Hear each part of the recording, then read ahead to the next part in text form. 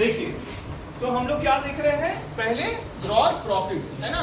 Gross profit क्या होता है, क्या होता है, जो मेरा सेल्स है minus cost of goods sold, ठीक है। अब जो मेरा सेल्स है ये क्या हो गया, इससे यहाँ मेरा क्या हुआ, पैसा आया है ना, इनफ्लो तो इसी से हुआ ना, और माइनस क्या कर दिए, कॉस्ट ऑफ गुड्स सोल्ड, ठीक है।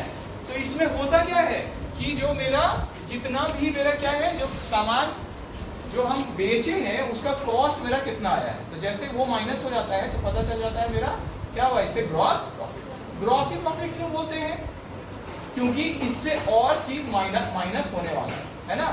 जब भी कुछ और किसी चीज से माइनस होने वाला है तो उससे पहले उसको क्या बोला जाता है, ग्रॉस, ठीक है। जैसे हम लोग को सैलरी मिलता है, ठीक है, तो सैलरी जो मिलता है तो टोटल सैलरी जो हो गया कि इतना आपका एक महीना का है, वो क्या कहलाएगा, ग्रॉस। क्लियर हो गया।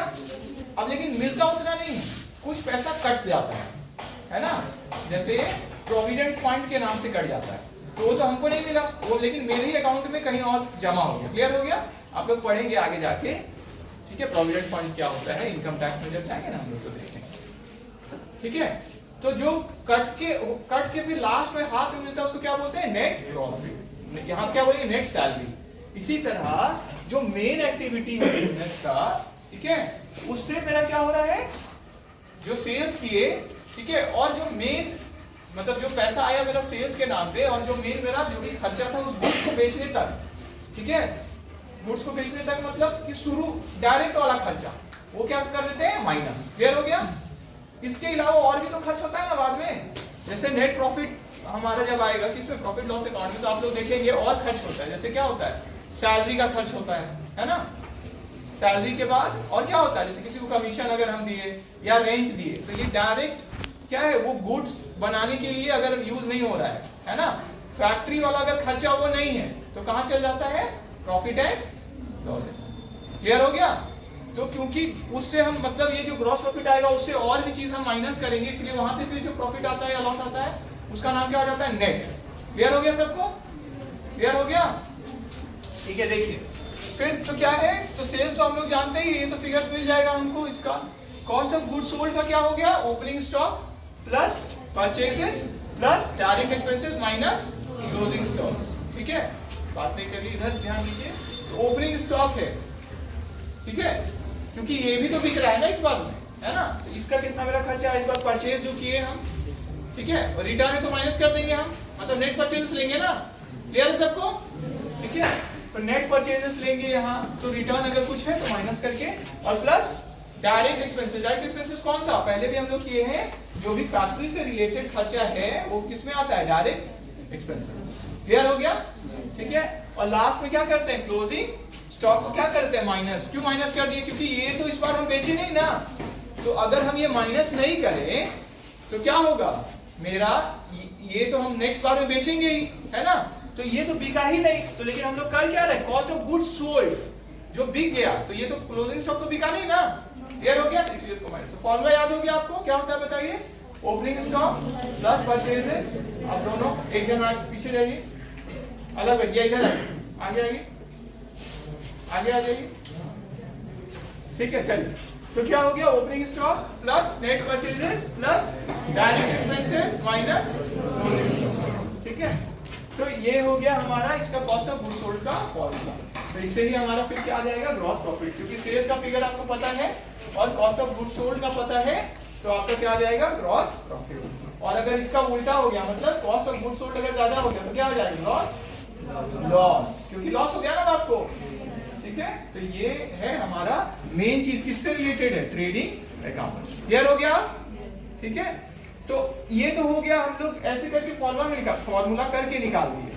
अगर अलग अलग फिगर दिया हुआ है और बस बोला गया ट्रेडिंग अकाउंट नहीं बनाना है और सीधे आपको ग्रॉस प्रॉफिट निकालना है, या अगर ग्रॉस प्रॉफिट दिया हुआ है, कॉस्ट ऑफ गुड्स सोल्ड नहीं दिया हुआ तो ये निकल जाएगा, क्योंकि फॉर्मूला पता तो निकलेगा ना। क्लियर है, ठीक है। तो ऐसे, लेकिन अगर ट्रेडिंग अकाउंट हम बनाएंगे तब इस फॉर्मूला का यूज हम डायरेक्ट नहीं करेंगे, तो खुद ही आ जाएगा, क्योंकि राइट साइड का जो टोटल होगा माइनस कर देगा किसको, लेफ्ट साइड का टोटल को करेगा ना माइनस।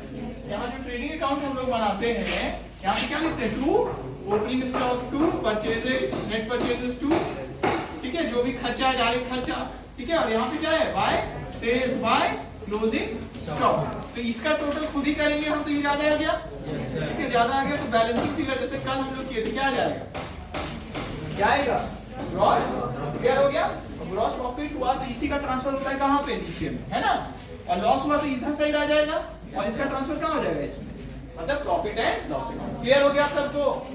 तो ये मेन पार्ट है, क्या चीज, कॉस्ट ऑफ गुड्स सोल्ड। अब मीनिंग समझ में आ गया, फिर से समझिए सिंपल में। कॉस्ट ऑफ गुड्स सोल्ड नाम से क्लियर है, जो हम गुड्स बेचे उसका कॉस्ट कितना, क्लियर हो गया। जो गुड्स हम बेचे, तो बेचे ध्यान दीजिएगा, इसीलिए क्लोजिंग स्टॉक क्या हुआ, माइनस, क्योंकि वो बिका नहीं है, ठीक है, बिका नहीं है। लेकिन पार्ट तो या तो ये जो क्लोजिंग स्टॉक बचा वो किस में होगा, वो तो या तो ओपनिंग स्टॉक या परचेज में से किसी का उसी से बच गया होगा ना। तो इसको अगर हम ऐड कर दिए हैं, लेकिन अगर माइनस नहीं करें तो गड़बड़ हो जाएगा, होगा कि नहीं, क्योंकि वो तो बिका ही नहीं है, वो कहां से कॉस्ट आप लेंगे, क्लियर हो गया। इसीलिए उसको क्या करते हैं, माइनस, क्लियर। अब जो भी डायरेक्ट मेरा खर्चा है, क्योंकि डायरेक्ट खर्चा किससे रिलेटेड है, फैक्ट्री से, जो ट्रेडिंग अकाउंट यहाँ पे बन रहा है हमारा, तो डायरेक्ट खर्चा को भी इसीलिए हम लोग जोड़ देते हैं। तो कोई वेजेस अगर हम दिए हैं तो जुड़ेगा ना यहाँ पे, क्लियर हो गया। वेजेस क्या होता है, जो मजदूरी का लगा, मजदूरी क्या चीज का, गुड्स बनाने में, ठीक है, या डायरेक्ट जो गुड्स हम क्या किए उसको तुरंत, मतलब जो एकदम जरूरी था उसको क्या चीज करने के लिए, बेचने के लिए। जैसे पैकिंग होता है अलग अलग तरह का, एक होता है प्राइमरी पैकिंग, एकदम जरूरी है, जैसे साबुन के ऊपर वो लगा रहता है टका रैपर, ठीक है, तो वो जरूरी है, तो क्या होता है, गल जाएगा ना साबुन, कहीं ट्रांसपोर्ट करते समय कहीं गल।